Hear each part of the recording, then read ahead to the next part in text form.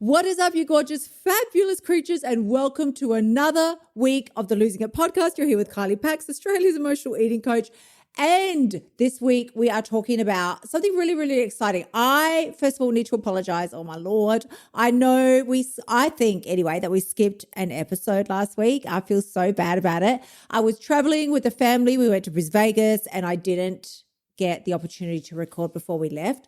So I think last week left a big gaping hole in your hearts. And I severely and sincerely apologize for that. But I promised you, pinky promise, I'm going to make up for it today with the vibes that I'm sending out, because I just finished a live call inside of my F the Scale group coaching.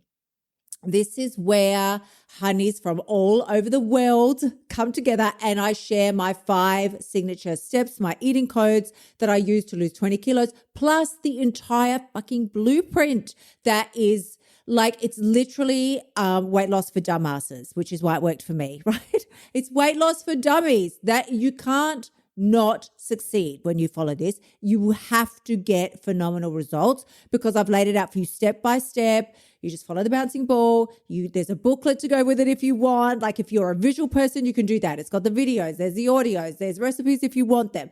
There is bonus courses, there is live coaching each week. It's next level shit. So if you want to know more about that, head on over to kyliepax.com/F the scale and you can join us with your monthly membership. Leave any time. It's no lock-in contracts because I don't vibe with that. Like I feel like that's just so, I don't know, circa 1980. Anyway, there was no internet then. This is what I want to talk to you about today because, honeys, I tell you, we just got back from this trip from Bris Vegas and it was phenomenal. I had the time of my life. We did, Phil and I took the kids, all 5 kids, and it was the most fun I have ever had in my life. It was like illegal amounts of fun. It was just so good. We did SeaWorld. We couldn't do Movie World. Well, we could have done it, but all the good rides were closed down. The kids didn't like, there was just no point going if the good rides that they wanted were closed. So we did SeaWorld. We did all these amazing things. We had Phil's sister's wedding. It was the most fun I've ever had jam-packed into 7 days. So we did all of this. We hired like a family truckster. We did Griswold's 2.0 and it was next level, right? It was really amazing. We went to Harbour Town for one whole day and just shopping our little hearts out, but mainly just getting clothes and stuff for the kids because they're at that age now where fashion is like everything to them. They just love it. So we had to get with their look, whatever their look is. We had to like vibe with that, but it was so good. And what I realized while I was away was I was going to need to make some very, very firm decisions early on. Was I going to be super, super strict on this holiday and be like, oh no, I can't eat that. Oh, that piece of cake. Oh no, get that away from me. I'm on a weight loss journey. Like, was I going to be that version of Kylie, which is okay. You can do that if you want to do it. Or was I going to actually be fully present and enjoy every aspect of this trip? Which is what I chose to do because part of when I say every aspect, quote unquote, part of that is food. Oh my God, I wanted to be present. I wanted to enjoy. Like, this is what I was just sharing on the live coaching call. When there is hot chips on offer, I have a couple of foods that are like my kryptonite foods. One is hot chips. They're going to be good. Like, I don't want soggy chips. I want crispy on the inside, on the outside, fluffy on the inside. I want hot chips, delicious with tomato sauce. It's really okra. That's what I love. So I love that. I can say no. I can say no to anything I want, but I don't want to say no to that. I also don't want to say no to Donut King pink donuts. We don't have them here in South Australia anymore. They're gone. So when I saw them up there in Queensland, I'm like, oh my God. Every time I saw a Donut King, I was just like, whoosh, there was just like dust behind me. I'm like, I'm going to get a pink donut. Like I went and got one. And really the only other thing that does me in is like some really good quality chocolatey mud cake. It's got to be really good, otherwise I can do without.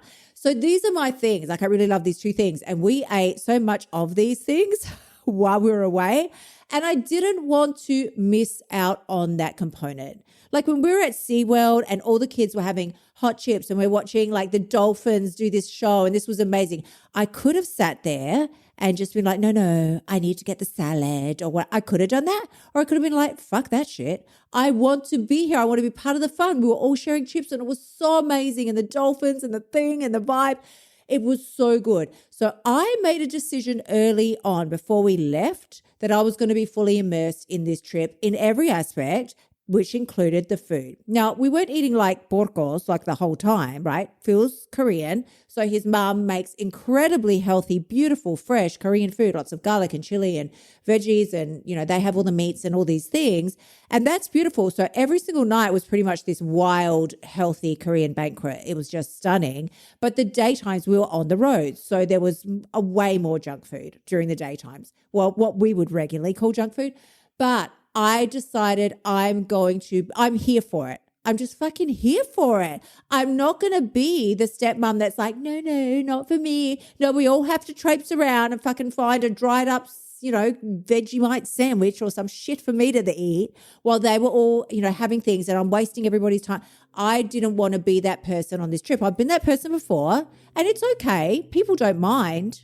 Maybe. I don't know. But I didn't want to be that person this time. So I made the choice that if I come back 1 or 2 kilos heavier, I'm okay with that. I know my eating codes like the back of my hand. I can rip that shit off my body in like a week. That's no problem. And I knew that. So I was fine if I gained any weight whilst I was away. So that was a decision that I made. But the point is, I made that decision because I now have a very robust self-concept. Now, it's not rock solid. It's not bulletproof. I'm working on it more and more every day. But your self-concept is what is ultimately going to dictate whether you lose weight or whether you don't on your journey, and whether you lose weight and keep it off on your journey. Because like I always say, a trained monkey can lose weight. That's easy as fuck, right? Anybody can lose weight. But why do you think the statistics are that 99.gazillion% of people gain the weight back? Because they never changed their self-concept. They didn't change how they see themselves. They, deep on the inside, still see themselves as a fat person, and that's why they ended up gaining the weight back. When they lost their weight, that was like, well, I just really hope that I can keep this weight off. Oh gosh, I really hope I can keep the weight off. Like, yay, I'm so happy now that I've lost the weight, but oh my God, I don't want to gain it back. If your self-concept is robust and bulletproof and you now know that you are a slender, healthy, fit, toned person, gaining that weight back wouldn't even be in your vocabulary, wouldn't even be in your fucking thought process, because it just wouldn't. You're not that person. So that is why I was totally fine. If the scale fluctuated when I got back, I didn't give a shit. Who gives a fucking shit? I know who I am. I am a fit, strong, healthy person. So I am going to immediately resume the lifestyle of a fit, strong, healthy person because that's who I am and that's how I see myself.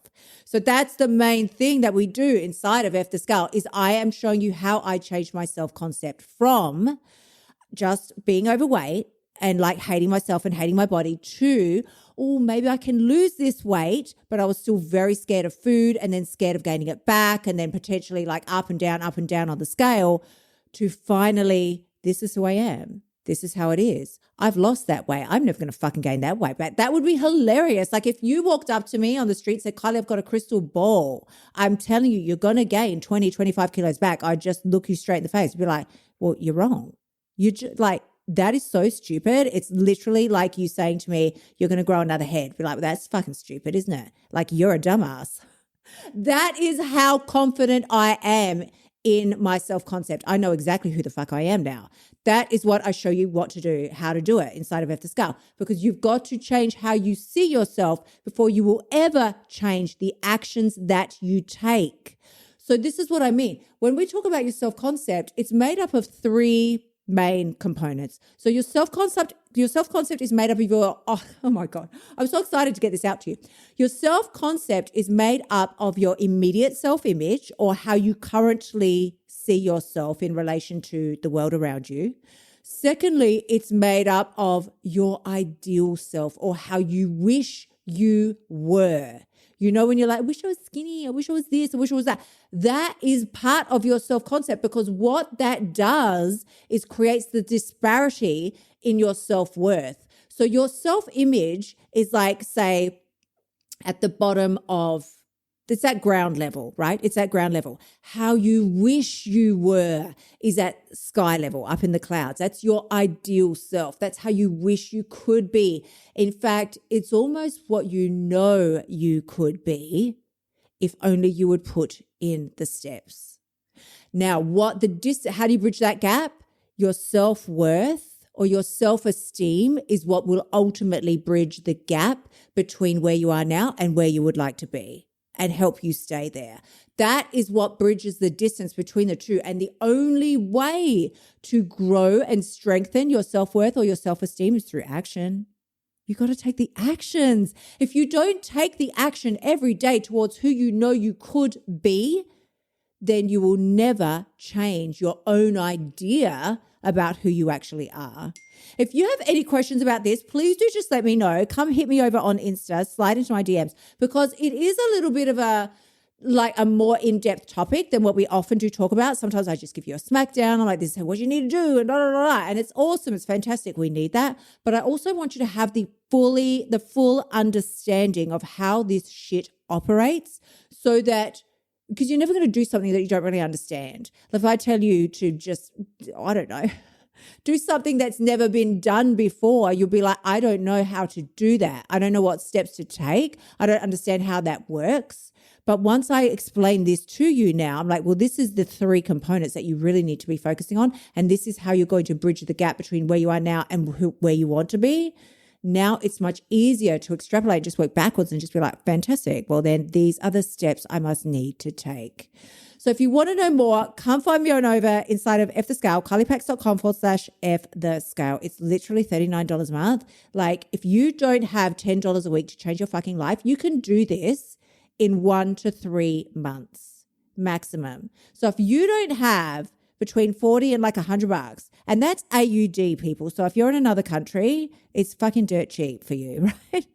If you don't have, depending on where you're located in the world, $20 to $40 a week for you, then we have a way bigger problem than just your weight.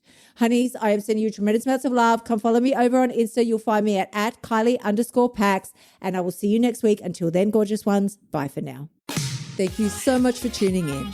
Remember to shimmy your butt over to KyliePax.com and join me inside of F The Scale so that you can stop emotional eating and start losing your weight now.